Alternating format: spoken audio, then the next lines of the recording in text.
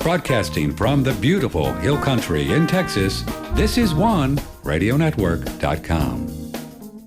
Fred Dashevsky, who's the owner-operator of U.S. Coin Capital, former partner of Andrew Goss. And speaking of that, it's going to be 4 years? 4 years in a couple of weeks when Andrew left. Unbelievable. Oh, man. I remember that Sunday morning. It was a Sunday morning, wasn't it? Sunday morning? Gina. It was over a weekend. One of your employees called me, and it was not good. But Andrew is, I'm sure he's having a good time wherever he is. You know what I mean? I'm sure we can only hope so, right? We can only hope so. He was a good man. I'm sure he's in a good place. I'm sure he's in a good spot. Well, Fred is here, and we're going to talk about money. If you care to join us, as I say, you can call or email. So we were just musing, coming on the air about 2023, and you had suggested that we could see some really curious, fun things happen. You want to tell us about what you see on the horizon here? Well, sure. 2022 was kind of an interesting year. The way I look at it is that we're still, of course, dealing with after effects of what we've done to manage the past couple of years. And I know it kind of gets lost because we have news events that occur on a weekly basis and on a daily basis. So, the big picture stuff kind of fades away. Right. But, we've accumulated a monstrous amount of debt and spent a tremendous amount of money in the past couple of years. And, I make the analogy, it's like, those like cheap fill-up pools you can buy at like Walmart, and you imagine covering that thing and pumping water into it. This is kind of like what we're doing to the economy. We're just pumping money in. But we've got a couple pinholes in the pool, so the money is leaking out a little bit here and there. Otherwise, the pressure would build up, and everything would flow over. And that flow over, it happens when so much money has come into the economy in such a short period of time that it has to show up somewhere. And there's so much going on in the economy. There's so many fingers in the pot that it gets spread out. And a lot of times it's not visible because we have statistical data that hides this and hides that, and the way we account for things and gimmick the game and, label things with fancy names. And by the time we're done, it's sometimes really hard to see, but eventually that water pressure builds up and we find a leak. So the last year or so, that leak was a massive amount of inflation that's filtered through the economy. That was inevitable. And then we had the Fed trying to address how they were going to deal with it, first by denial. Mm-hmm. It's like they went through the stages of grief, denial and anger. And right. So the first one was denial. And, there was no inflation. It was transitory. It was going to disappear. And they stuck to that for the first quarter of last year. And then eventually that became so insanely ridiculous. It was like trying to tell the neighbor when the water's pouring into his yard from your pool that you keep filling, when the pinholes are pouring water out, that there's no problem, and yet his yard's getting flooded. And he's like, well, wait a minute, I got a flooding problem. There's obviously something going on. Yeah. You're putting too much water into your pool. You need to slow it down. So, the Fed's going to try to address this. And then toward the end of the year, we got everybody gimmicking how far they think the Fed's going to go to fight the problem that they've created. So, they're an inflationary economy. Resolve is to raise interest rates to fight off the beast that they've created. And they've started that process. And the question now becomes, if you do that too much and too quickly, do you risk the possibility of slowing the economy so much that not only do you push back on the inflationary problem, but you spin the economy into a recession, which would then require you to lower the rates that you just raised? So now everybody's trying to game the theory out and say, how far will the Fed go? Have they already overdone it? Did they wait too long to start raising rates? What's going to be the result now in 2023 after the after effect of all of this manipulation? And it seems like the smart money is lining up toward we're going into a recession. And that recession is going to be problematic because the only resolution to recession is to try to stimulate economic activity, which is just what you spent the last year reversing. So on top of this process of back and forth, raising interest rates, lowering interest rates, the Fed has suggested it's going to do its unwinding of its balance sheet. And I know we've talked about this a couple of times, but I'm sorry, $5 trillion is a monstrous amount of money that the Fed is holding in treasury bonds that it says it's going to try to unwind over the course of this year. 5.5. And that's got to be five and a half. 5.5. Okay, we shouldn't ignore that $500 billion. Right. And I don't know when this happened, but somehow we've all accepted this transition. We just sort of like let it go by like nothing happened. But we've gone from billions to trillions without even really recognizing that change. Everything we talked about in the early 2000s had to do with billions of dollars. Everything was in billions, hundreds of billions, tens of billions of dollars. Even 2008, it was a $900 billion bailout, 970. So about $1 trillion. But even the largest bailout in U.S. history to fix the biggest economic disaster we've seen since the Great Depression didn't even cost $1 trillion. And now in 2023, I almost said 2022, everything has converted to trillions. Everything we talk about, the government deficits, the size of the new government budget, $1.7 trillion. And we've made this transition without, I think, any recognition of how ridiculously much larger Three trillions zeros are over billions. 3 zeros. I mean, that's like a billion. Well, a trillion is 1,000 billion. It's right? it's 1,000. 1,000-fold larger. So, imagine you're 6 feet tall. So if you're 1,000 times bigger, you're 6,000 feet tall. If you're a human being at 6,000 feet tall wandering the earth, you are a monster problem. So I really have a That's real issue. That's a great metaphor. I like that. It's a great metaphor. A 6,000-foot person walking around. Right? How ridiculous you think would he's that a problem? be? And yet, right. Is that an issue? How much food would a 6,000-foot tall person consume? And how would you walk through the streets without, being like Godzilla crushing Tokyo? Unbelievable. The numbers are insane. And I am really worried about this. Yeah, I know you are. Just for comparison, you may not know this, but if we looked at this number, Fred, today, I'm looking at the H41 release, which is $8.5 trillion. 5.5 of those are treasuries, and the other stuff, they got mortgage-backed securities. I guess they're still hanging on from the MBSs they bought in 2008, right? They're still on the balance sheet, right? They're still on the balance sheet. That's still on the balance sheet. This is 2023. All right. So we've been sitting on that since 2008, have not been able to unwind that. We've added $5.5 trillion since then in additional debt in the form of bonds and other stuff. And now the Fed says it's going to somehow be able to unwind all this stuff quickly without interrupting the economy. And I've seriously been diving into what entity is large enough to absorb that quantity of debt. You can't sell that by doing auctions like they host every week. We have bond auctions weekly for the government to raise revenue, and they might sell, 20 billion, 30 billion, 40 billion. That's massive. How do you do 400 billion in additional debt instruments being sold by the Fed into an economy while simultaneously the government is trying to raise revenue on a weekly basis to pay its bills? And you said the reason why they have to unwind is simply confidence, right? China, other people buying treasuries, they look at this balance sheet and it just means that they've created $8 to $9 trillion to buy stuff, pretty much. Well, it's because people are starting to add up that along with all the other obligations of the government. So forgive me if this lighting creates a problem, but I can't see this without a little bit of help here. That's okay. Okay. So just as a point, we've talked about the fact that the government's about, what are we saying, 32 trillion in debt? That's what they claim, Fred. That's what they claim. Right. The problem is that's only the bonded debt, right? So that only covers the liabilities that include treasuries, notes, and bonds. Right. It does not include unfunded liabilities. Correct. Okay. Starting with the largest two, Social Security and Medicare. Between the two of those, there's $77 trillion between those two in unfunded liabilities. What does that mean? If we 77 trillion, that's really stretched out though, right? What is that number? About a decade or two. Okay. But it's a liability of the government. And so between the 77 trillion Social Security, Medicaid, and the 30 plus trillion in bonded debt, for the first time in American history, we've crossed 100 trillion in total national debt obligations. And on Social Security and Medicare, I believe this is a close number.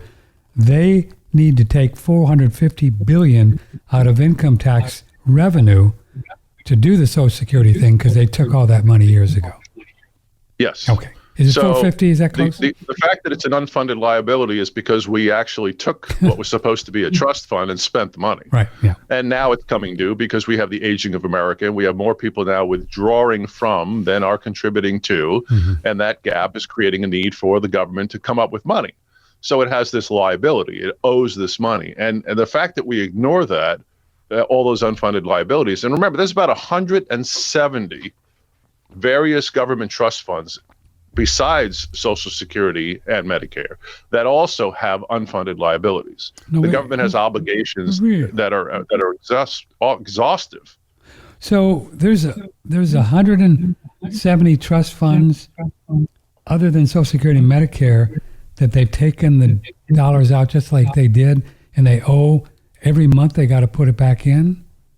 Yes, they have unfunded liabilities. In other words, they have people who will be retiring, who will be expecting to get retirement funds, and the funds are not there because the government has taken it upon itself to spend that money ahead of time, figuring one of two things would happen. Either they'll somehow magically come up with a solution and come up with the money when they need it, or Congress will change their mind about the obligation to pay these people, which is, by the way, the rationale that they use for not counting Medicaid and Social Security. They rest on the idea that Congress could always change its mind about accepting those obligations, that they might, for example, default and say to everybody that owes Social Security, sorry, you're beat, you've paid all these years, but we don't have your money and we're not going to pay you. Do you know do you have any idea, Fred, what that total is on the 170? Is there a place I could love to look at that. I don't know what the total is, but I know the bulk of it is in the big two. Social Security and Medicaid. So they account for the largest portion of that. Of course, that's a huge other amount. 168, they probably account for maybe another $10 trillion worth of money. Oh, total 10. You don't have any idea what the yearly output is? I don't. I haven't, because there's so many of them. I haven't gone into each one to see how much the shortages are. But I know that they exist and they're getting bigger. And the thing is, they're growing. These obligations are increasing. And increasing at a pace now where since 2011, they've doubled. So the obligations of the government have literally doubled since 2011. And on this kind of trajectory, this is not slowing down. Yeah. And my problem with this is that, again, because we've crossed this billion to trillion barrier, the numbers now are ridiculously large. Solving these problems is not simple math anymore, and not merely a matter of, one quick government change or one congressional act will solve the problem. We're way beyond that. We're so far beyond the ability to come up with even a way of resolving this that I don't think there's anything but the default, which is to print their way out of the problem. So maybe they'll call it the Social Security retirement saving plan, and Congress will authorize this act to enact, $50 trillion to be paid out to Social Security to cover its obligations. But I think this is an insanity that we run a government that is interfering in the economy and has done so to such a degree that it has left the public with this monstrous obligation that forces the public to deal with the onslaught of this pushing of capital into the economy. And I really worry for people that are, like in their 40s or in their 50s, even those even in their 60s. The time frame now for the loss in value of money because of the volume that we're printing has really accelerated. And it's created a big problem. I wonder how younger people are going to try to save money. Like if you're 30 years old and you're thinking about your future, how do you save money when government obligations are growing so fast that you can only expect a deterioration of the value of your capital? Again, the numbers are getting rather large. I mean, a trillion's kind of a big number. Yeah. So we just painted a picture then, as Andy used to say, it's not going to crash until it runs out of zeros. But do you think there's somewhere along the line that something really dumb has to happen before they grow up and do something? Well, what I have to wonder is how far do we push this before the public wakes up and realizes there's a problem? I don't know. I mean, the inflation numbers, when they kicked in this last year or so, look at the outcry we got from the public. Look how fast people reacted. Inflation went to, what did it hit, 9%, let's say? Again, using government statistical data. So at 8.5 or 9% inflation, you have people screaming, my cost of food's going up, my cost of labor is going up. cost me more for trucking. Everything I need to do is going up in cost and price. I can't ship anything. I can't buy anything. I can't do any business. I have to pay higher wages. Insurance costs are going up. And the public was really, there was an outcry, enough to where Congress said, we have to do something. And the president came before the, American people and said, what is my number one concern? Inflation. When's the last time you heard a president say that? I mean, you got to go back to the Carter years? Yeah, of course. Of course. What do they couldn't do anything anyway. What could they do? What could a president do? Well, my point being that it got so loud, the public got so loud that the president actually had to respond. Something. Yeah, right. Had to say something about it. In other words, he was getting so much heat coming from everybody as telling him, hey, our constituents are telling us their number one concern right now is inflation. You need to do something. You need to address it. You need to let them know you're aware of it. You feel their pain. Address the issue. Don't ignore it. And that's at 9.5% inflation. And my concern is that we are creating an environment where inflation is inevitable. And with these unfunded liabilities growing as fast as they are, this is not going away. I don't care what they tell me about the current economic environment being resolved and that inflation was a short-term issue because of supply chain problems. I think that's crap. I think the problem is that it's this pool issue. We have been pushing water into a pool, and it is beginning to seep out. And it's seeping out anywhere it can. If we plug one hole, it's going to pop out somewhere else. But it's going to perpetually keep leaking. Fortunately, we have a drain at the bottom of the pool. That is our tax collection process. Right. Otherwise, this would happen much more rapidly. If it weren't for the fact that we drew some money out of the system by collecting taxes, this would become very clear to the people much more readily. Yeah, what are 1040 revenues, about $4 trillion, something like that, $4 trillion? Yeah, pretty big. Okay, so you could imagine if those $4 trillion were not sucked in to the government and just running around buying Starbucks and milk and coffee and tea and guns and stuff. Yeah, so what did the government have? Just give me half a second here. Yeah. Treasury reported assets of $4.9 trillion at the end of 2021. So 4.9 came in from taxes? 4.9, yeah, that was their assets. So, and they're looking at a $30 trillion obligation of debt.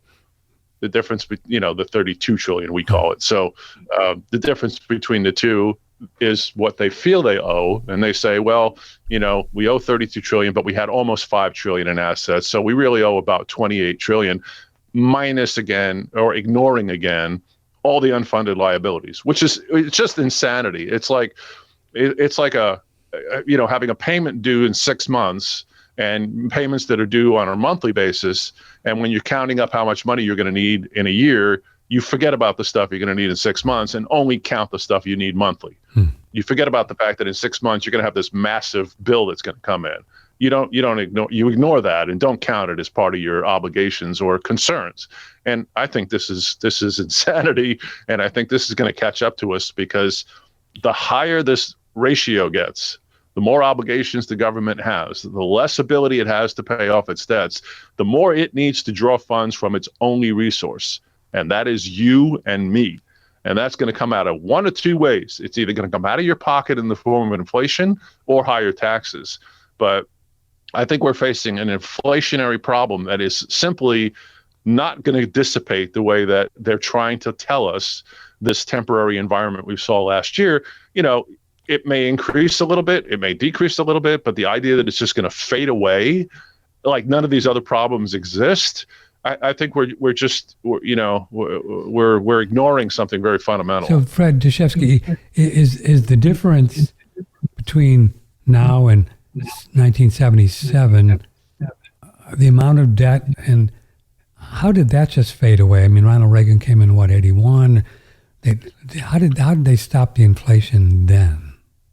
Do you remember? Well, they raised interest rates to a point in 1980 15% to slow the economic environment down to a screeching halt. Right. All right. So by successfully doing that, and again, people were not happy about that. You had, the one benefit was that you could park money in CDs and get 16 or 17% a year. It's huge, yeah. Huge. Right now, think about that today. Imagine if I told you could earn 16% on your money in a legitimate banking instrument. You'd be there in a heartbeat, right? Not a crypto, not a not right. something that's something tangible, something real. Right. Money is there, banking institution, FDIC insured and backed, and you're getting 15 or 16% return. I mean, that is massive. Today, if you go to the bank and they offer you 2%, people are excited. Somebody was talking to yesterday, I've gotten 3.5% on my interest. I'm like, wow, 3.5%. It's exciting. Oh. So that's what we've come to. Yeah. Well, of course, when you do those numbers, we have to say 3.5% is your bottom number. The top number would be inflation. You subtract that, and that's what you got. And if inflation's 15%, you're still losing 12, right? Of course you are, but again, that's not something that people see that way. They don't think about that. Because all they see is that their bank account, the amount of money, the number of dollars has increased. They don't look at the buying power because the loss in buying power is not something that you are taxed and it comes off of your dollar like a bill. It's just something you begin to perceive over time that you're paying more for things and you're getting less and less for your money. And again, unfortunately, it shows up in different areas. So sometimes it's hard to see. When it shows up in things that people recognize, like food costs, okay, it's right there in your face. It's hard to miss it. If it shows up in other places in the economy that are hidden for a while and the Fed, for example, intervenes and hides the problem by creative financing, let's call it, they can get away with this stuff for quite a while before people see it. And then suddenly there's this massive change. You kind of wake up one day and go, wait a minute, what happened to that thing that used to be $1? Now it's $3.50. When did that happen? It kind of catches people by surprise. And unfortunately, I think people are going to experience inflation like they have not seen since the 1980s in the next couple of years. And it's going to be more subtly hidden. So they may not experience it as obviously as we saw last year, but it's going to be just as detrimental. How will it be hidden? I mean, meat and groceries and gas and rent and everything goes up. How will it be hidden? Well, if the government delays the flow of the money into the economy by burying it, like when the Fed buys trillions of dollars and puts it on its balance sheet, it hides it for a while. So it's like ducking the dead under the blanket and don't pay attention to it. But now when it says it's going to try to unwind this, it's releasing all that inflation it created. So when they do that, how are we not going to experience that? So they may be able to hide it for a while by shifting it under the blanket, but at some point when they try to address it, it's going to become a big problem. And I'm concerned about the fact that the size of what they're trying to address now has leapfrogged. We've jumped from a deal of trying to address something in the tens of billions or hundreds of billions to now trillions, trillions of dollars. How much was that omnibus thing that they just signed? 1.7. 1.7. And then once they start taking these treasuries out into the open market to try to, because they got to borrow this money, obviously, they'll either borrow it from the open market or, private, and what the people don't buy, the Fed will buy, right? Right, or raise the money. They'll get money through taxes as well. I mean, this is the government budget. This is what they plan to spend. No. I thought the 1.7 was just an omnibus bill that's separate. Well, this is their fiscal budget for this period of time. So this is the point at which they're going to say, this is what we need in our next round. Oh, I see. So but the Fed's spending is more than 1.7, isn't it? No? Oh, well, yeah, they are. And, even interest on the debt, we know is $1.5 trillion a year. Yeah. So just as a bill, again, and this omnibus bill 10 years ago would have probably been $100 billion. Yeah. Not $1.7 trillion. Yeah. So the size of these, issues again is multiplying. This is not good, Fred Dashevsky. This is not good. This is not good. It's just. No. And quietly, these things are happening behind the scenes. Right. Again, getting buried by news of the day. And I think that people that are thinking about their future need to consider the fact that we're going to have an erosion of the value of the U.S. dollar. And whether we see it right away or whether it happens over the next few years because they delay it through these gimmicks, people need to be prepared for it. And I think the gold and silver markets have been responding to the pressures of inflation, been held down a little bit by a stronger dollar. But other than that, we're beginning to see that leak also, and that is a leak that they try to really plug quickly They don't like it when gold prices and silver prices climb. No, they don't like it. Because that's something that people see, and it's an evidentiary example of information that's readily available, and it's recognizable, and it's instantaneous. So, that's a signal that they try to really curtail, which is, we've talked about the manipulation of the price of gold and silver, but I know there's an exerted effort to try to keep those prices from climbing too quickly, because that's kind of like a warning sign that there's obviously a fundamental dollar problem. Gold is up $18 this morning. Silver's still at $24. And Fred buys and sells gold coins for a living in the U.S. coin capital that we talk about. To me, $24 silver, someday that thing's got to go, huh? What can we buy from you if we believe that silver is going to go a lot higher? What would we buy from you? What do you got? I think the smartest play in silver is just silver. The simplest 1964 and earlier quarters and dimes and half dollars. Really? Because they are as close to melt value as any product you can buy. They're comparable to almost any other form of physical silver that you can take possession of. And they have two unique characteristics. They are legal currency, constitutionally issued under the United States. Secondly, they cannot be reproduced. So the supply of them is already limited to whatever exists and is available out there in the world right now. So the likelihood that they would increase in value over the years is very strong because of the fixed supply. And when you couple that with the increasing supply of paper, which tend to conversely respond to each other, the more paper we print, the more expensive that old silver dime and quarter would become. But from a buying power standpoint, a silver quarter in 1964 was a gallon of gas, and a silver quarter today is, $6.50, $7. I mean, it'll buy 3 gallons of gas. Depending on where you Isn't that a great story when you really think about it? I remember the day I was a senior in high school, 64. We had an old 52 Chevy that my brother had. It was about a quarter a gallon. I remember. Yeah, I paid, when I first started driving, which was in the late 70s, it was, 57 cents a gallon of gas. And, if we could scrape together $2 or $3, we could get our car to the beach. That's all you really needed. Now if you try to put $2 worth of gas in your car, what's the point? You'll squeeze the handle. It'll be like, you're done. But that same silver quarter, if it's pre-64, right? Pre-64. Yep. It's pre-65. Pre-65. So 1964. Yeah, one of these little guys that you could take to any coin shop anywhere in the United States and probably get $5 for it, right? $5 or $6. Yeah, at least $6. Yeah. Really? Absolutely. So it's crazy. The buying power has remained intact because it is something that's different than paper money. It's an item of fixed supply. It has intrinsic value because it's made of something that in itself has value. And this was always the idea that money was never supposed to be fundamentally based on fiat. The idea of, accepting a government printed unbacked note. And if you think about that, who are we accepting this note from? We're accepting this note from a government that, recognizes it has $100 trillion in debt obligations. And it does not bring in that amount of money. It spends $1.20 for every dollar it brings in. So not only can it not sustain its current budget, how is it possibly going to pay off its other debt obligations coming up in the future when it's bleeding money at current paces? The only way it can possibly do this is to print it. And if they're going to print trillions upon trillions, $100 trillion over the course of even a decade, does anybody really think that through about what that would do to the value of your money? And again, it may take time for that to filter in. But again, I think kids that are in their 20s and 30s, by the time they're, my age, if the dollar hasn't been cut by 2/3, I'm going to be rather surprised. Fred is with us. If you care to join us, Patrick at oneradionetwork.com. Do you have, can we buy silver coins in a numismatic so we get the collector value as well as the silver? There's such a thing? Yes. So tell me about those. I want one of those. Yeah, that's a lot of fun. Yeah.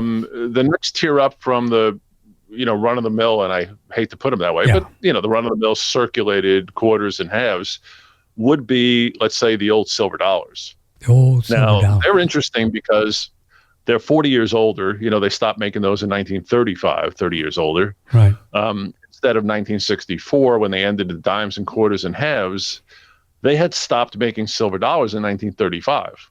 They did. Really? So they were cut off a lot earlier. Wow. I didn't know. Now, you can get great quality, and I mean pristine, mint condition silver dollars for about $200 and change. You can go down to one grade lower, like an MS-64 in the $125 price range per coin. And these are high quality, museum quality, certified and graded examples of 100-year-old silver dollars. And they're in little plastic cases too, so they're graded by NGC. Industry holders, absolutely. And they're in the early 30s, 1920, 1930. Most of them actually go from the 1870s. Wow. And believe it or not, the 1880s dates are rather common. I know people think that if they're older, they would be rarer. It actually goes by the number minted and how many have survived more than age. Age is a variable, but the more important one is availability and quantity, which comes from either how many were minted or, for one reason or another, how many survived. So the ones from the 1880s, 1890s, early 1900s are readily available. And I think they make a great way for people to put away long-term capital. Plus, they don't have the bulk weight, of buying. If you're buying $100,000 worth of silver quarters, dimes, and halves, which a lot of people do, yeah, it's a couple of 100 pounds of silver that you get in there. That's kind of fun. A full bag weighs about 50 pounds. And a bag is about $26,000 worth of silver. So if you're buying $100,000 worth, you're getting literally about 200 pounds worth of silver. Gotcha. And you're getting about something like a bowling ball squared off in size. So you need 4 times that much for every $100,000. Now, if you did it in silver dollars, those NGC row boxes that we have, which are those, nice little gray or red boxes, they have 20 slots. You take 20 Morgans at $200 a piece, you can easily accumulate $100,000 worth of silver dollars and have a lot less weight and space than doing it in the form of the old bags of quarters and dimes. To the best of your knowledge, nothing is guaranteed, but you'll think these silver dollars in this 1880 range, they've gone up continually in their numismatic value, Fred, over the years. Never mind the silver. Yeah, they keep creeping up. There was a peak at one point. Market demand had driven up prices before the grading services because there was some confusion about how many of these existed in the high quality grades until the grading services started counting. And it turned out that there were a lot more than people had anticipated. So there was a softening of prices that was going back to, late 80s. And once that had corrected since then, they have just been creeping up in price a little bit here and there. And, over the years, the $50 coin becomes $65 and then $72 and then $86 and $100, so they keep getting more valuable. And then there are really rare coins. There are silver dollars that have sold for millions for a single coin. No kidding. Simply because they're so ridiculously rare. Now you're getting into the ultra quality of coins. It's now you're investing in something that is so unattainable that you could have, we used to say Bill Gates money, or Elon Musk used to have money before he spent $45 billion on Twitter. Yeah, I don't know what his net worth is, but I know it's gone down considerably the past 6 months. His stock got clobbered last year. Oh yeah, 70% drop in that stock. Ouch. And again, we had talked about this at least a year ago, that the stock market growth that we had seen was coming to an end as soon as the Fed started raising rates. And sure enough, the Fed started raising rates and the stock market started to falter. And, managed to squeak out last year without any real loss or gain, but went nowhere for the year for the first time in many years, because it had been thriving on the environment of interest rates stagnant or getting lower. Cheap money. And once the Fed reversed that and started raising it, the whole game came to an end. So I think that problem is going to persist going forward as well, that we're now still facing higher interest rates are forcing a completely different market environment than we had when interest rates were getting cheaper. It was like an easy game to play. You could borrow money for almost nothing. You could buy your own stock and raise its price simply by buying your own stock. Which is what everybody did, right? Loved it. Everybody did. Because all the stockholders watched the stock price go up. Yeah. So all the companies did that. But then that game came to an end, and then they had to actually now justify these higher prices the stocks had achieved, and a lot of them couldn't get there. And of course, if they had a bad quarter because, now we're hitting into a recession, or the COVID problem hit, whatever issues these companies had to deal with, their stock values corrected. So I think stocks are becoming an option for people, but they're not the kind of easy money-making area that they had been coming into last year. And I think that's going to also persist throughout this year. It's going to be a much more difficult market going forward this year than it was in 2020 or 2021. I don't know how close this is, but I follow Martin Armstrong and have him on the show. He's got this thing called Socrates, this AI thing that he's used for years. He claims that Socrates said, and at the end of 2022, the real everything, including food and transportation, inflation 32%. That's what he claims. He said it went up. It was a 32% inflation rate in 2022? 2022, everything, if you add everything in there. Yeah. Is that possible? Socrates is a pretty smart AI thing, boy. It's pretty smart. I'm not sure, how what he uses to derive the statistics. So, if we look at the expansion of the money supply relative to the growth in the economy, there was a huge gap there. But I don't know how he's come up with that number. I don't know that it was like 30%. All he says is, let's see, combined rate for everything from food to transportation at 32%, 2022. That's a far cry from the official number. This is simply calculated by Socrates or AI from an unbiased perspective. And I guess this computer just puts everything in there. Okay, so what he's probably done is he has an algorithm that runs cost increases across the board on a number of things.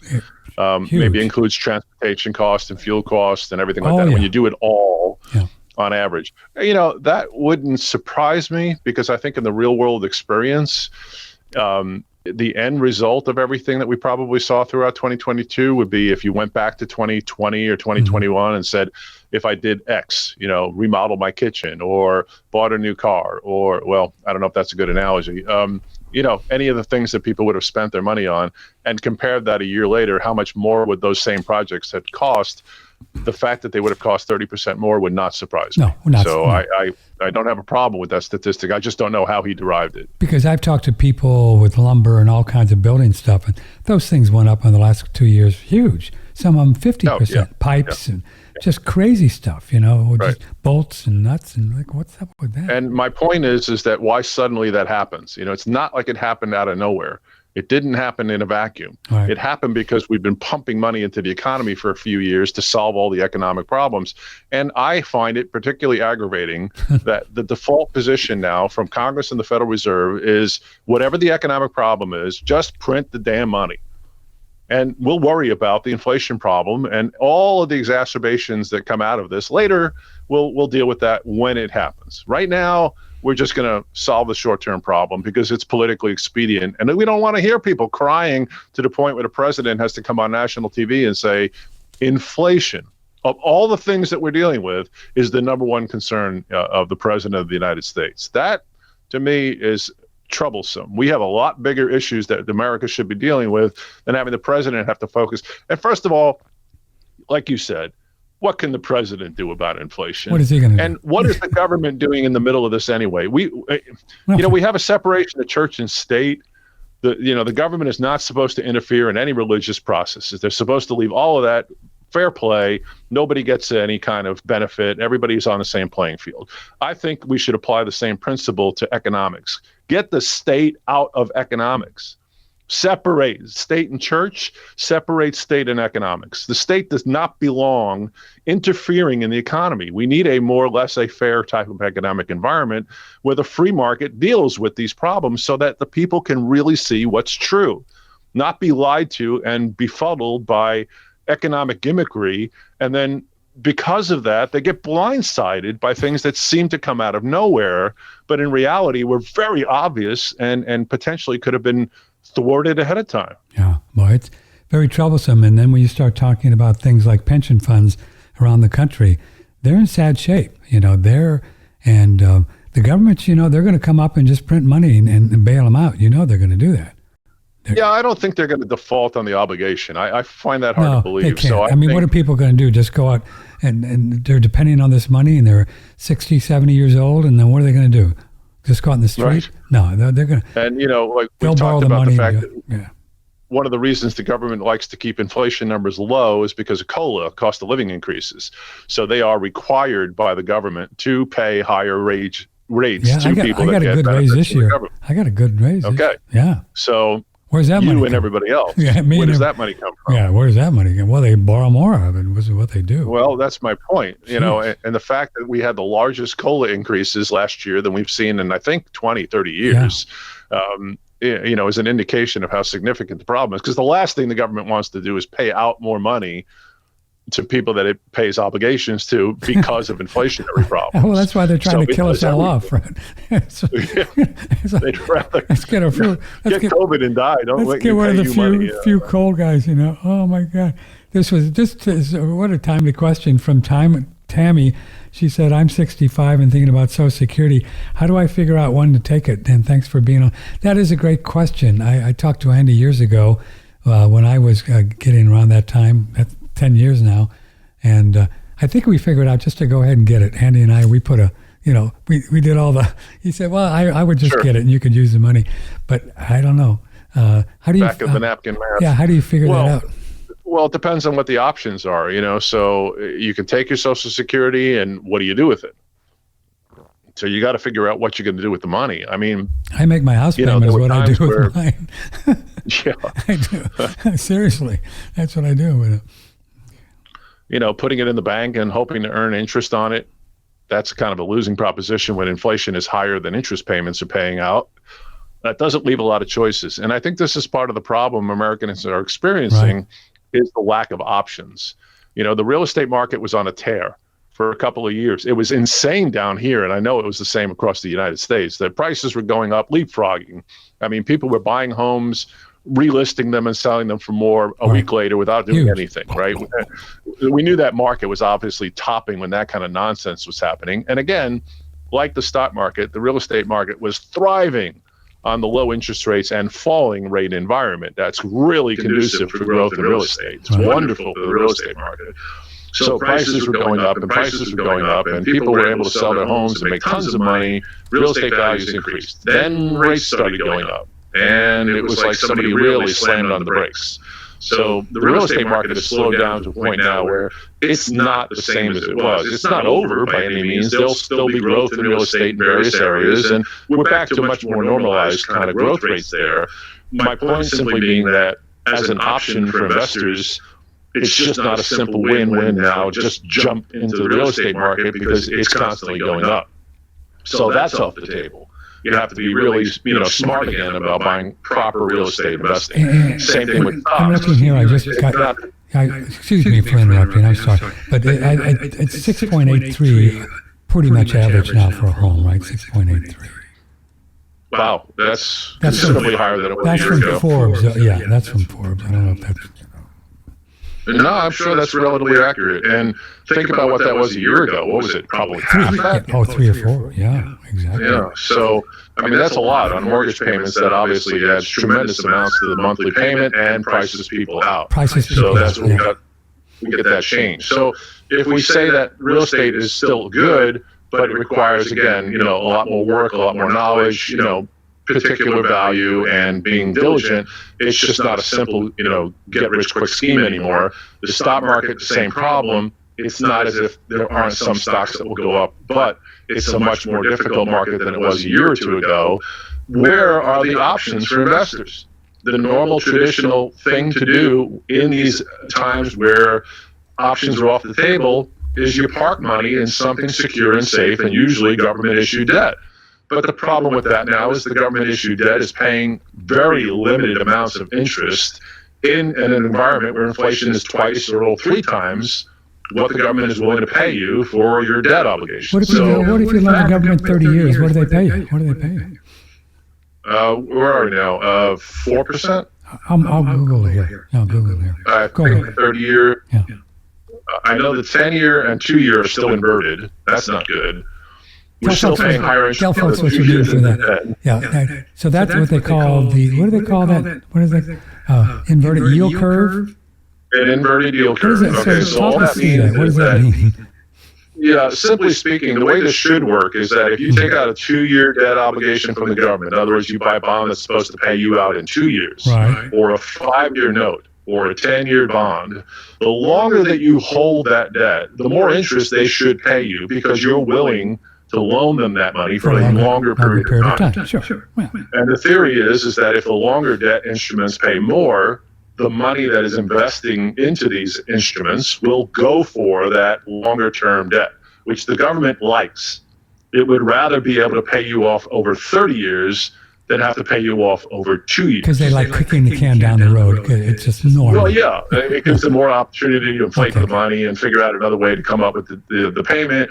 But in the meantime, it's not something they have to address tomorrow. So they like the longer term debt. So a 30-year bond should be paying a lot more than a 2-year, correct? Or Right. 5-year. And what happened is that the yield curve got inverted, which means that people have focused on only short-term debt, drove the value of those higher to the point now where a 10-year is at about 3.5%, I think, at this point this week, and the 2-year is like almost 4%. So you can actually get more money on a shorter-term debt than a longer term one. And that is bad for the U.S. economy. It's bad for the government. And it's also a signal economically, historically, of an impending recession. Anytime you get an inverted yield curve, it's usually a signal that we're heading into a recession because it tells you that something is out of whack. Because the people... That the government's obligation is so short term that they have to come up with so much money so quickly, they don't have enough time to generate the revenue they need to pay off all these short-term obligations. People don't want to do a longer term because they understand inflation. And they exactly. Right. Okay. Why would you hold something for 10 years that pays less than something that holds 2 years when 10 years from now you think the value of the money is going to be 50% of what it is today? Right. It doesn't make any sense. Okay. So that obligation, that opportunity is off the table. And again, my question is, what's left? Where can people park their money? And what's happened as a result of this, there is a monstrous amount of money just sitting in U.S. banking accounts right now, just sitting there. Because people just can't figure out what to do. And I understand that problem. Yeah, I just looked here. 30-year Treasury is paying, where is it, 3.8. So yeah, just under 4%. So that's less than what you can get if you lend it to them for 2 years. Yeah, that's the problem. So why would you lend them money for 30 if you can do it for 2 and get more? I mean, that's crazy. Good question. Yeah. And so that's the side of inflation, Fred, where people just intuitively know that things are going to go belly up or could go belly up or get worse. Well, it's a concern that they recognize that the rate of inflation is way higher than the interest payments currently being offered, and it takes away the demand. It kind of drives. Like, why would I want to buy that 30-year? But the government has to sell 30-year bonds. It has to raise capital, and it gets its biggest bulk of buyers in these longer-term obligations, because those are usually bought by larger investments like pension funds, central banks around the world, and a lot of these, massive portfolios of investment capital, these hedge funds. They like these longer-term obligations because it gives them the ability to say, we know the next 30 years exactly where we're going to be. We know how much we're going to gain on our capital.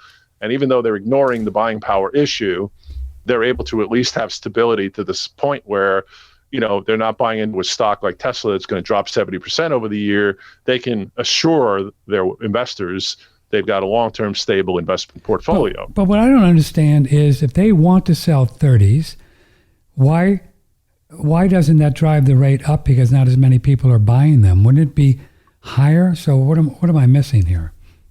Well, what happens is if the demand is focused on the short-term end of the yield curve, the 2 years, for example, it's supply and demand, right? So if everybody's capital is pouring into the 2-year, the rates go up. The rates, so they'll pay more. Yeah, but why would the rates go up if everybody's buying them? So what am I missing here? Because there's more demand for them. Oh, because there's more demand. Okay. We want more hamburgers. So you have a squeeze in supply. So you pay more. But going out on the 30-year, it's the opposite. You're getting a detraction there and a less willingness of investors to hold that longer-term capital. And again, it's a weird circumstance of economics, but it does seem to hold up over the past 50, 60 years or so, that anytime this yield curve gets inverted to this degree for this long, it is an indicator that we are heading into a recession. And I think that's why most of the smart money guys out there are pretty much accepting the notion that 2023, we are in or going into a recessionary economic environment, which again creates a big problem for the Fed, which is now, again, if we remember, what are they doing right now? They're not lowering rates to fight off a potential upcoming recession. They're doing the opposite. They are raising rates because they're still fighting off the inflation problem they created in the last couple of years. And again, not to repeat myself, but simultaneously, they keep telling us they're going to try to unwind their own balance sheet during this period of time. I think 2023 is going to be a really difficult year. Well, I'm sure the Scotch bill there at the Fed Reserve Board is high these days. Now, the Federal Reserve Board, they are federal employees, right? And then the bank is the private ones, correct? Is that the way it works? Well, yeah, the Federal Reserve Chairman is appointed by the President of the United States. The board is then comes through congressional approval and comes through the Federal Reserve banking system, which again is congressionally handled and approved. So yeah, fundamentally falls within the government auspices. But the board is basically, let's call it a liaison between the Federal Reserve banks and the U.S. Congress. So the banks, which own all the money and own all the capital and make all the decisions because they own everything, they decide what they're going to do. They basically tell the Federal Reserve Board what to tell Congress. And then we hear from the chairman, and he reports to Congress basically what the Federal Reserve banks have privately decided to do. If you notice the way this works, Congress doesn't hold congressional hearings, bring in Chairman Powell and say, Chairman Powell, this is what Congress has decided we want the Fed to do.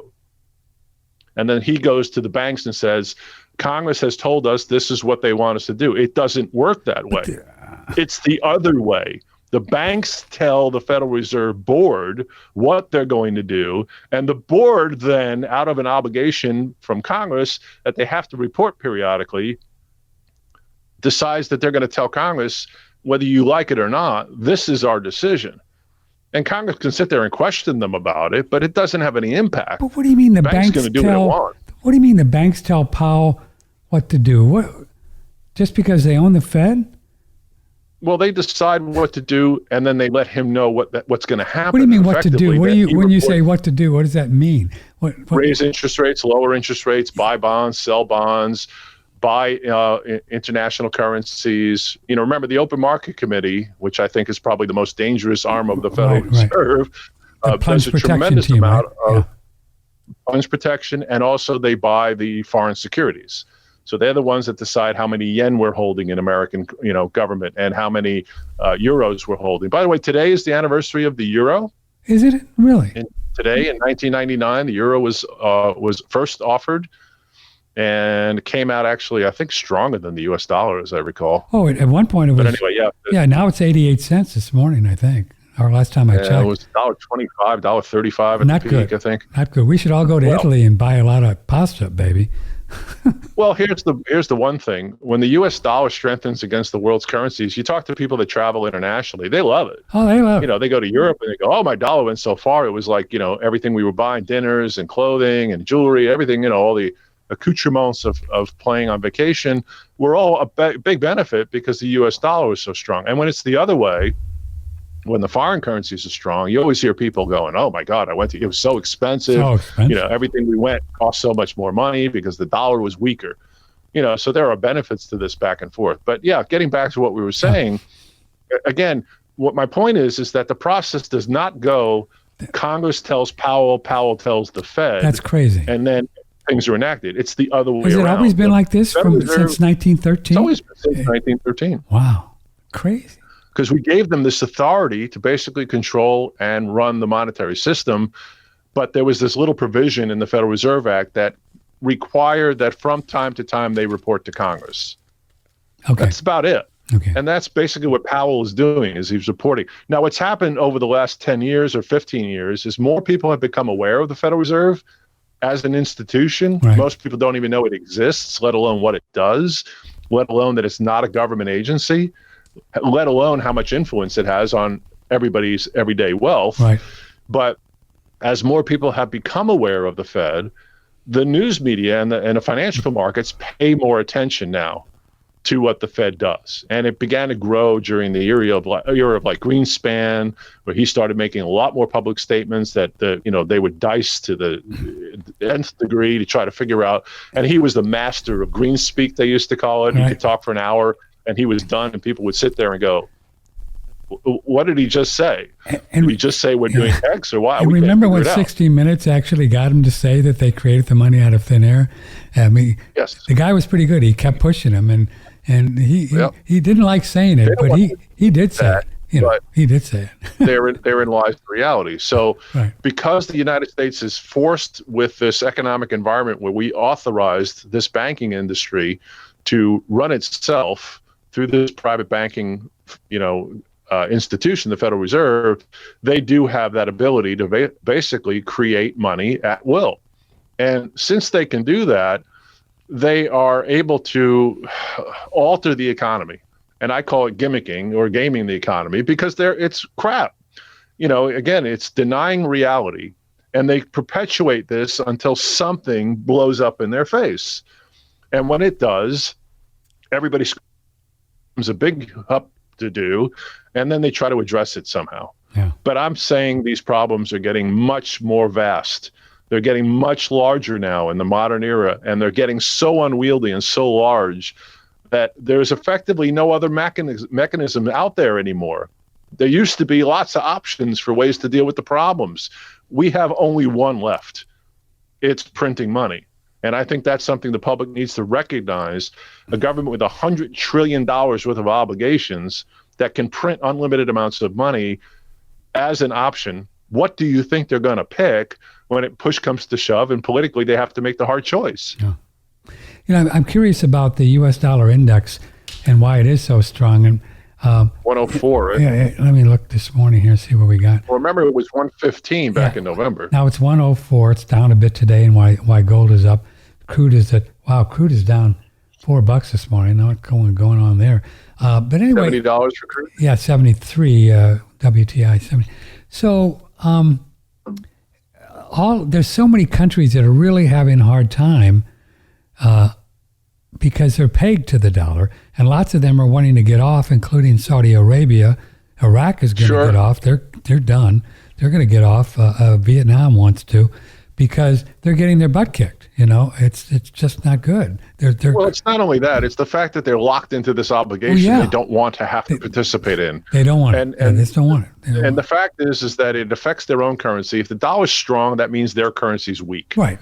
And that's a real problem internally, because we're talking about domestically in America what we're experiencing. What are they experiencing? We don't live in Vietnam. Yeah. Exactly. How bad is it there? How bad is it in Argentina and Brazil and all the third world countries that are having massive financial currency problems, where their currencies are so weak that they're experiencing what I think America may look like in 10 years, but in the meantime, they're feeling it now. So they would rather not have to be pegged to the dollar. So as I said, Saudi Arabia, I think they're close to depegging from the dollar, and they're going to do a basket thing. Iraq is going to do it.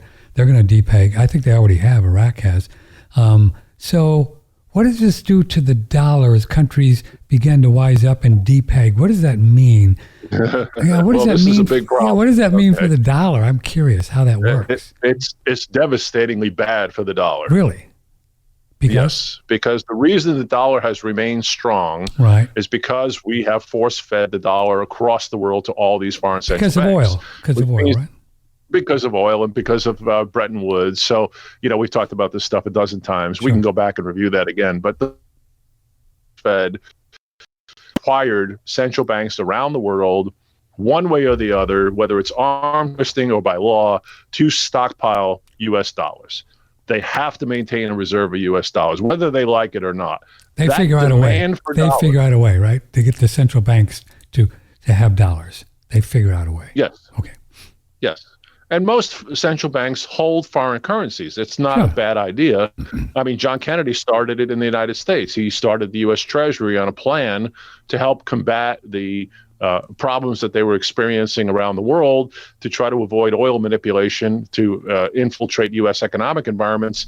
He ordered the Treasury to start stockpiling foreign currency. Did he really? So that Good for him. Now, the reason they didn't like him, right? Another reason they didn't like him. Yeah. So our there's demand for the U.S. dollar all over the world for good reason. Number one, even though as weird as it may seem, we still are far better off than most countries around the world, even with the massive amount of debt obligations crazy, we have. Right? Yeah, that's crazy. It is. But again, relatively speaking, we certainly still look better than most other countries. And by default, that means a good rationale for holding some dollars. But that's only because, let me interrupt for a second, that's only because we have this massive amount of debt and we're just adding zeros. That's the only reason we have relatively better than others, correct? Yeah, because they're adding more zeros than we are. Okay, all right. Or all right. more all right. rapidly. So go ahead. And they don't have demand for this. So countries start to depeg. Isn't this a big deal if Saudi Arabia depegs? I mean, they're already... It's a real big deal. Yeah. Yeah. I mean... It's a real big deal. Again, all these things are threats to the stability of the U.S. dollar, because without this demand for dollars outside the U.S., we are then just like every other country that doesn't have demand for its currency outside its borders. Everything now becomes internal. We have no outside resource to help support our currency. So that we have to print more, and then inflation goes up, like Argentina. And we're going to have to deal with our own obligations a lot more readily, because we're not going to have outside buyers to help support our currency. That's a real problem. If the demand for the U.S. dollar falters around the world, we're in big trouble. It is. We're in big trouble. I follow this stuff and I look at it. And it is. There's a lot of countries saying, you know what? Look at what with Russia too already, Freddie, and Russia and Iran, and in the BRICS thing, they got their own deal going, man. They got bumped from the SWIFT thing, and they're just doing fine. Thank you very much. And I think that you're going to find that the more there is a pushback to hold U.S. dollars around the world, the more pretenses we will come up to liberate another country or whatever it is we need to do to make sure that they stay on board. We will fight dirty. Which we have, right? I've seen this enough times just in my lifetime. There's no question about it in my mind. The U.S., the Federal Reserve System, will not simply allow the dollar to fade away because a couple of countries decide, hey, we've had enough, we don't want to play anymore. We're going to force them to do this one way or the other. Because if we don't, it's game over. It really is. Right. There's no sustaining the U.S. dollar without Well, we saw what they did in Libya and Iraq just too. We saw that what they're willing to go for just to protect the dollar, right? I can't imagine what the dollar would look like if it didn't have international support. We'd have inflation in the United States that would be more like that 30%, visible inflation that would be extraordinarily large. And talk about public outcry. Again, if we have people screaming at 9%, imagine what they'd do if it was 30%. So I'd really like to understand more. So say Saudi Arabia depegs from the dollar, but that's just in the value of their I don't even know what their currency is, whatever it is. So why does it, when you depeg, does that mean you need to have less dollars around in your central bank? Is that what that means? Yeah. It means you don't have that obligation anymore to stockpile dollars to keep that stability in your currency. And again, if you don't need it and don't want it and don't demand it, then we have a problem, because we have to have support for the dollar outside the U.S. Why does just being pegged to the dollar, like in Saudi Arabia, make Saudi Arabia to hold more dollars? I mean, isn't it just a mechanical thing on some currency exchange, the pegging? What am I missing? Well, because first of all, there's some things that require U.S. dollars. We have to pay U.S. dollars to buy certain goods. Certain obligations have to be paid back in dollars. Contracts. For example, Saudi Arabia holds $100 billion worth of U.S. government debt obligations, and they want to get paid, or they want to pay us back debt that they owe from whatever it is. We only accept it in the form of U.S. dollars. Gotcha. Or if they're going to buy airplanes or something, we may say, we want your dollars. We want dollars. We want your dollars. We want it in U.S. dollars. So we can perpetuate that demand and require that stockpile. So, to peg your currency against another currency, the idea is to create some stability and again, offer the opportunity for the currency that you're holding to have additional support, which, again, the world deemed as a responsible thing to do after World War II, to support the U.S. dollar. Seemed like a good idea. Because at that point, we fought back. The the horrible war effort, and we won the war, and here we are now as the savior of the world. We spent the money to rebuild Europe, right? The whole Marshall Plan and everything we did since then to support Europe, everything we did. But again, along with that came these obligations to say, yeah, we'll help you out, we'll rebuild, we'll do all this stuff, we'll provide protection, we'll have another, Hold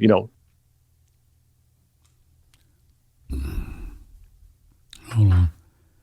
I got support, will help, but it comes with a cost. And the cost is you got to stockpile dollars, you got to buy oil in dollars, you got to buy gold in dollars, and that's the way the game is going to be played going forward. But again, some people are getting tired of the fact that they've had this obligation, and there's some pushback. Patrick Timpone, along with Fred Dashevsky, we got a little internet thing here. Quickly, I'm going to just do any specials, Fred, when we're doing this? Right now, I've got two things available. One, I've been buying a lot of the $20 MS65 graded St. Gaudens. And the reason I've been doing that is because from a price standpoint, these are very high quality grade mint condition coins that seem to be lagging a little bit in having moved up in price with the upward movement we've seen. When gold ran down the middle of the summer last year, it got to a low of around 1650. It's now at about 1850. But the St. Gaudens and MS65 did not jump $200 in price. They sort of have been lagging. And that happens sometimes. And then they tend to go up quickly. I happen to think at this moment in time, that particular grade looks to me to be rather undervalued. They run around just under $2,800 a coin, about $2,775 to be exact. These are pristine MS65 NGC graded $20 St. Gaudens. That's the full 1 ounce size U.S. gold coin minted from 1907 to 1933. I think they're a fabulous buy at these levels and definitely provide people with wealth protection that I think now is just absolutely essential. Yeah, great. And then in silver, great to save. I do have bags of quarters, dimes, and halves. Are these on your website under specials? There's an image of it, but no, it's not there as a special. We had some holiday specials. We had a tremendous response to. We blew through those, sold out within a couple of weeks. That's the ones we talked about last month, right? Yeah, the ones we talked about last month. Good. So these are just not on the website. So we're talking MS65, St. Gaudens, 1907, 1933. And what are you selling them for in average? $27.75. $27.75. Be great to get a handful of these puppies and just put them in your underwear drawer, right? Woo. Yeah. Listen, a nice row box of those, 20 coins in a row box. It's just a great way to put money away and, again, secure wealth, because I think, again, the dollar is going to face a lot of problems this year. It has and if to. we get Everything more we've of talked the Saudi about, Arabia type pushback, it's going to just make that problem happen much more rapidly. We cannot sustain a significant pushback against the dollar. And I guarantee you, I know I'm being kind of, conspiratorially minded. We love it when you put on your tinfoil hat. It's fine. I don't know where that comes from, but I just don't believe that we're going to sit idly and allow this to go by, and the Fed's just going to go, yeah, okay, they don't want to play anymore. I don't believe it. No. Yeah, we'll come up with some ridiculous excuse for something completely unrelated. Look, 2001, we went into Afghanistan, right? Yes, effectively to fight off 9/11, combatants in 9/11. Right. The idea was we were going to spend. This was what they told us, $1 billion. Right. We were going to spend $1 billion in Afghanistan starting in 2001. Well, I think Biden has begun to pull troops out within the last couple of months. We're winding that down now in 2022, let's call it. So we spent 21 years, and instead of $1 billion, we spent $2.7 trillion. Is that right? 2.7 trillion. My question is, where did that money Where'd it go? from? Yeah. Yeah. And then do we understand how much waste? I don't know who jchristopher.com is, but that's what's showing up on my screen. Okay. Anyway, I don't know where the money came from. And of course, there was massive theft. I mean, literally cash, billions and billions of dollars just disappeared. Planefuls were flown over and we don't know where the money went. And of course, a lot of that ended up in other smaller Al-Qaeda type entities, which obviously has created a longer term problem for us. So we wasted, the estimates are as much as 30 or 40% of the money that was spent was wasted, literally just stolen or wasted. And if we're talking about $2.7 trillion, that's an awful lot of zeros. And then I think they left $80 billion worth of planes and stuff there when Biden. Oh, yeah. Besides the equipment that besides we left. That, yeah. So we had that. 2008, again, we spent $1 trillion trying to fix the economic disaster created by mortgage-backed securities. 2012, we had more economic disasters. 2020, COVID kicked in. We spent a couple trillion there. In the last 20 years, the amount of money that we have blown through has been incredible. I mean, at a pace that no one has ever seen. And it's the reason why, you add it all up and suddenly you're looking at the first time in world history, you got the United States sitting with $100 trillion worth of debt obligations without any ability to repay it. And, I think this is all fundamentally coming from the fact that we have this central banking system able to create money. So Congress knows that it can authorize any amount of capital and the Fed will print it.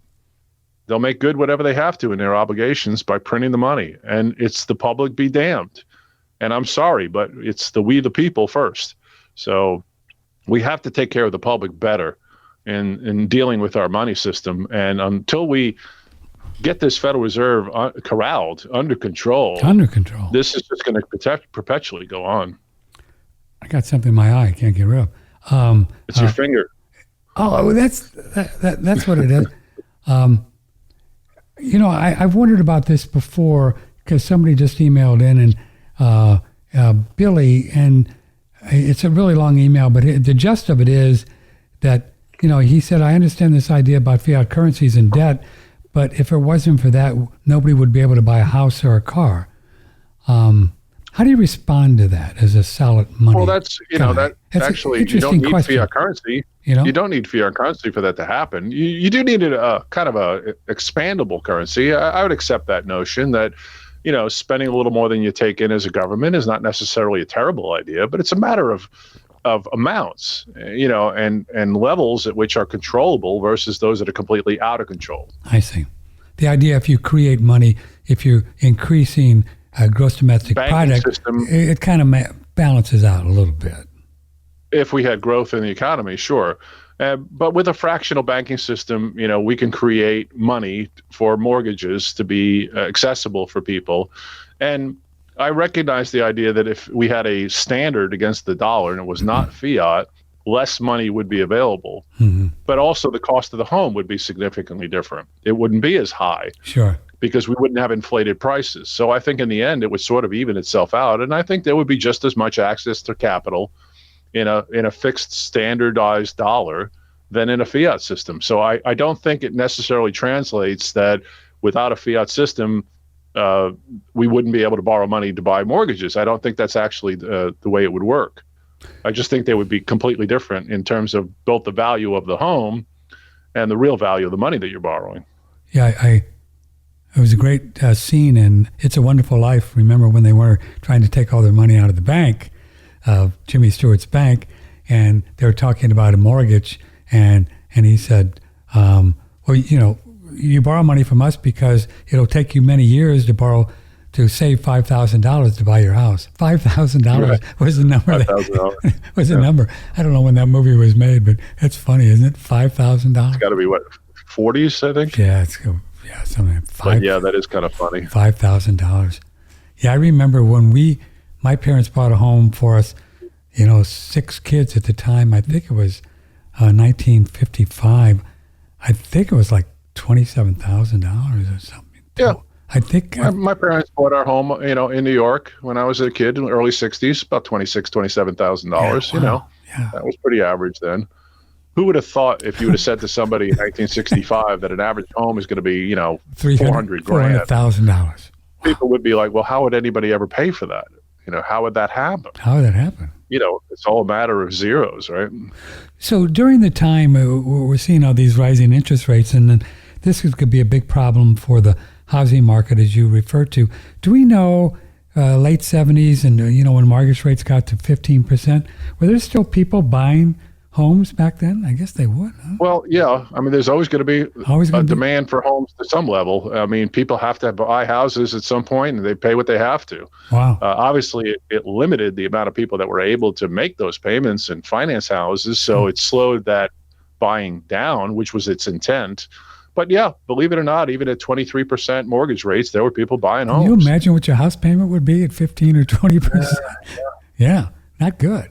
Of course, you can always refi. I mean, it would be painful. Well, that's what people do. That's what they do, right? And the smart people bought CDs and locked them up as long as they could, and try to keep rolling them over until the banks finally said, we just can't do this anymore. And the banks have gotten kind of interesting too in dealing with money. I've talked to 2 or 3 people in the last 30 days who, for one reason or another, wanted to either deposit or withdraw, a significant amount of money. Let's say like $50,000. Right. One guy went into his bank and they said a flat out no. Can't do it. Just said no. You can't have your money. And he's like, well, wait a minute. This is my money. I want it right now. Right. Give me my, And he had to jump through hoops and come back 2-3 times, and eventually was able to get capital. They eventually gave it to him. But I'll tell you, we're really running a very strange environment where the money that's sitting in banks isn't really accessible to people because the banks really aren't handling cash that much anymore. Sure. To the level where they can, you want to walk in and say, okay, I've got $1 million in my bank. I want my $1 million. There ain't no way. I want it in cash. Yeah, no and they're basically going to say, no. I mean, that's not the way the system is supposed to operate. No. Banks are not supposed to decide whether or not to give you your money. They're not your parents going, it's not like you're asking for gold or anything. You're just asking for paper. You're asking for your own money, right? That they are under a fiduciary responsibility to hold and sustain and pay you interest on. And, but yeah, it's getting very strange. Did you see where they were trying to raise that law, Fred, to go from how much money would be reported to a lot lower, from 20,000, was it, down to 5? Oh, it's way below that. It was at 10,000 on 1099s coming into 2 years ago.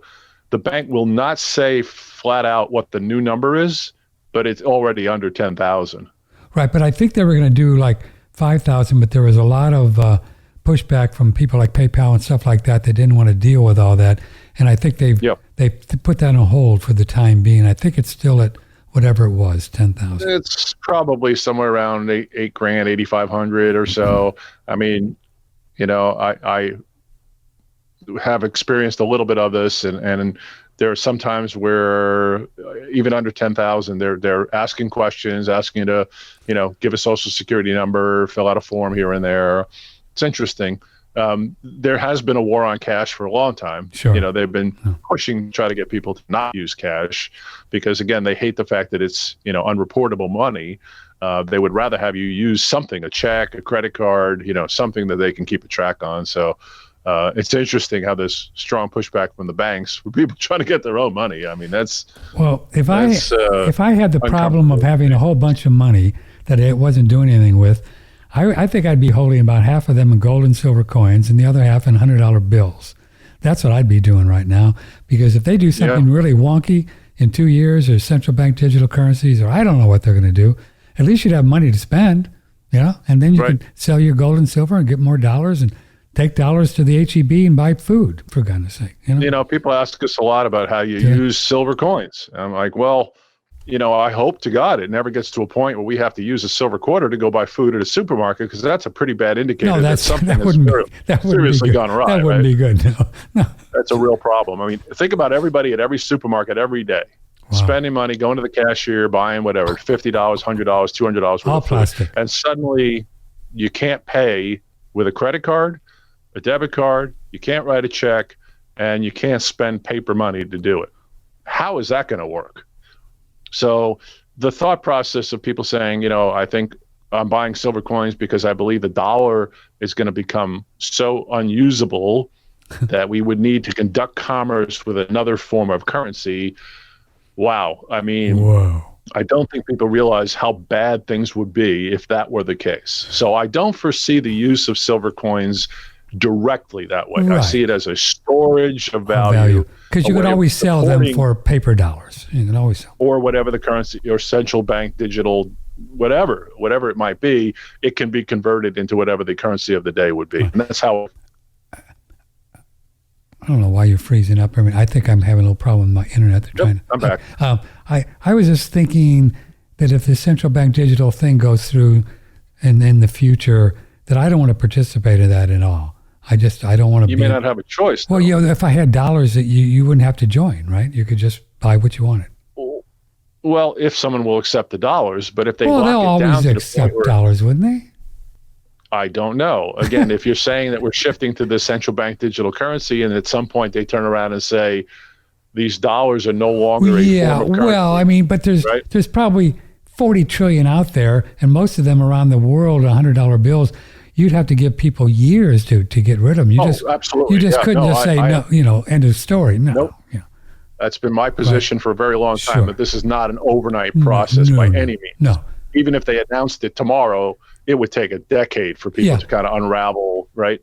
Yeah, I mean, if you said $100 bills are no longer good, you'd have people storming the central banks and the banks of the world, just taking them over. Well, it would look like the 1970s all over. In other words, all the money in Europe and Asia would come pouring into the U.S. People would be dumping dollars as fast as they could if we start saying that these are no longer viable, or they'd be converting it into other currencies, other foreign currencies, which means that those values would increase, the U.S. dollar value would plummet, and all this money would pour back into the U.S. as a safe haven, as a resource, because we would be the last standing buyer of dollars. And that means the inflation numbers in America would skyrocket, and we'd experience a horrific economic environment. But certainly there's some kind of international laws that, if laws even mean anything, that if you have a viable, what do you call it, a real debt, a dollar or whatever it is, a yuan, that you just can't say it's no longer good. Don't you have to give some kind of a time frame? I mean, you'd have to, right? Well, you'd have to do it just from a mechanism point of view. Even if it wasn't a legal obligation, there's just no simple way to do that. Yeah.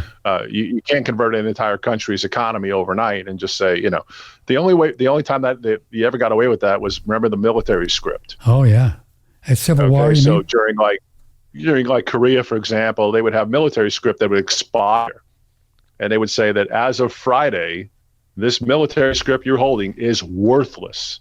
You have between now and Friday to come in at the table and switch it out for what's going to be the new currency we're going to issue. So they were able to pull that off because they could set a lockdown time frame, and they had a closed system. You had your military officers, you had your military men, and they were all within a framework where they only could spend these military notes. That's how they conducted commerce. And the countries they were in accepted them because they were government-issued military notes. But that happened all the time. They would set obligations and debt dates and say, okay, we think that there's been a little bit of, let's say, fraud in these current notes, and we're getting to the point where we're going to switch them out. And they would lock it down by a time frame and say, by Friday, if you don't exchange these notes, they're worthless. And everybody would, of course, rush to the table and switch them out for the new notes, and they'd start over again. So, I mean, they would have to do something like that over a longer period of time. But then they'd have to educate everybody. Listen, you've got people that can barely use a computer. You're going to teach these people how to use essential digital currency overnight? Oh, I know. It's just not going to happen. Right. It's going to take a long time, even once they pull that trigger. Yeah. And I do believe they'd like to see that happen. And I think eventually we probably will see that, but I don't think it's going to happen anytime soon. Probably not. Yeah. Okay, Freddie. Well, I would keep an eye out. I would keep an eye out this year. Just keep an eye on the dollar. Keep an eye on what's happening around the world. Push back against, countries like Saudi Arabia that don't want to stockpile U.S. dollars, and watch the impact that has on the value of money if that starts to become a trend. I like to follow that kind of stuff. I think it's geopolitics and finance is kind of fun, to look at what's going on. Yeah. But it is game over for the U.S. dollar if that happens. If we lose foreign support for the U.S. dollar, it is literally the end of the entire economic environment of paper unbacked U.S. dollars. The whole game would become it would implode. So that would be a mechanism if they know this is coming to do a digital currency central bank, right? That's the way they would save it. That's the way they would save it, right? Yeah. Kind of a convoluted way to get there. Yeah. But yeah, I mean, again, it would be that Hegelian dialect right here. We have this problem, but we have a solution for you. And since everybody's pushing back and the dollar's imploding, here's what we're going to do. That's right. We're going to solve the problem by switching to a digital currency that you're all going to have to accept, but it's going to resolve the problem of the dollar that's falling apart. So we didn't even mention before we go, we talked with our source, Russell Bentley, who's in Ukraine, and talked to him for 2 hours yesterday. And he's fought in the Ukrainian army against the Nazis, not against the Russians, and he's a real patriot. He knows his stuff. He's got a lot of, and he says there's just no way, no how that Putin is going to ever stop. He's just not going to. You know, he's going to get Donbass and that Crimea region, which they've already voted to become part of Russia. They voted, and then do the deal to not have Ukraine put in NATO, and then he's out of there. You know, and he has what he wants, but he says he's not going to go anywhere until that happens. And so, but we just sent old what's his face another $45 billion, Zelensky, $45 billion taxpayer dollars. Yeah. And Russell Bentley said most of that money is being stolen. Most of that money is being stolen. Fred, they're actually selling some of these weapons in other countries that we're sending them. Right.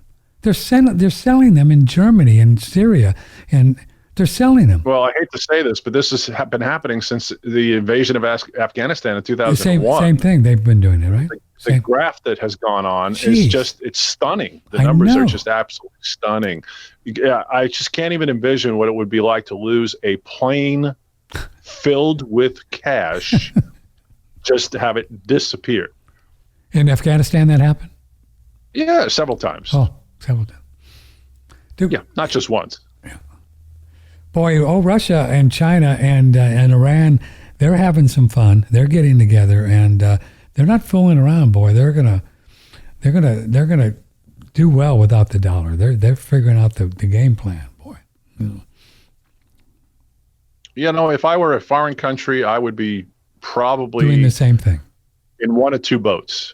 You know, you either have to decide you're aligning yourself with the U.S. and everything it believes in, therefore you're going to support the U.S. dollar. Right. Not because it's a great currency, but because you support the concepts of everything America fights for and believes in. Right. Or you're going to take that kind of sovereign position and say, you know, U.S. has its own problems. It's not our problem. And we want our country to run, you know, our own country. We don't want to be part of this other environment that drags us into things that we don't want to be part of. Yes, sir. So it'll be interesting to see how those battle lines are drawn. The nationalists, again, I'll put it out there that you watch the pushback if anybody really. If somebody really doesn't. Have you seen this lady in Italy? You talk about a nationalist. Wow, she's out of control, boy. She is just hardcore, man. And I think they're going to get out of the euro too. They want to dump out of the euro. You know, that would be interesting. Yeah, if Italy goes. Well, it's a fun time to be around. I hope they do it better than Brexit, because Brexit was a mess. I know. It's, you know, I haven't followed that. That did not go smoothly. It did not go smooth. All right, kiddo. So tell folks about your website and what you got going on over there if they want to come call you. USCoinCapital.com. So, again, capital spelled like the building, USCoinCapital.com. Please visit the website. Check out all the links for various things that we have there as far as information is concerned. And don't hesitate to give us a call, 1-800-878-2646. We've got a well-educated staff of people that will help you understand and figure out the best process for properly accumulating some physical gold and silver coins as wealth protection, which I think this year is going to become absolutely essential. I think you guys are going to have a very busy year with what we're going to see. So, but your folks have the time and you to talk to people and try to figure out what they want to do, what they have to work with, and try to help them out. Because I know you long enough, Fred Dashevsky, that you're just not into selling people stuff just to sell them. I know you've never done that and not going to do it. Nope. And we're happy to help people because I think, look, you know, I've taken the position from the time I started almost 40 years ago now in this business that the public needs to understand the nature of money. It needs to understand the flaws with an unbacked currency and a central banking system that we have no control over because it affects their wealth. And people talk about things that affect their health, and they change their lifestyle in order to impact the quality of their health. They do different things. We learn things over the years, like what not to eat, or things at least to, curtail and ways to be better and more healthy, and things that we should understand. The same thing is true when it comes to money. There is a fundamental process for healthy wealth. And most importantly, the single most important thing people can do is diversify. Just don't have all of your proverbial eggs in one basket. Don't denominate all of your assets in things tied to a paper dollar that is subject to change in value.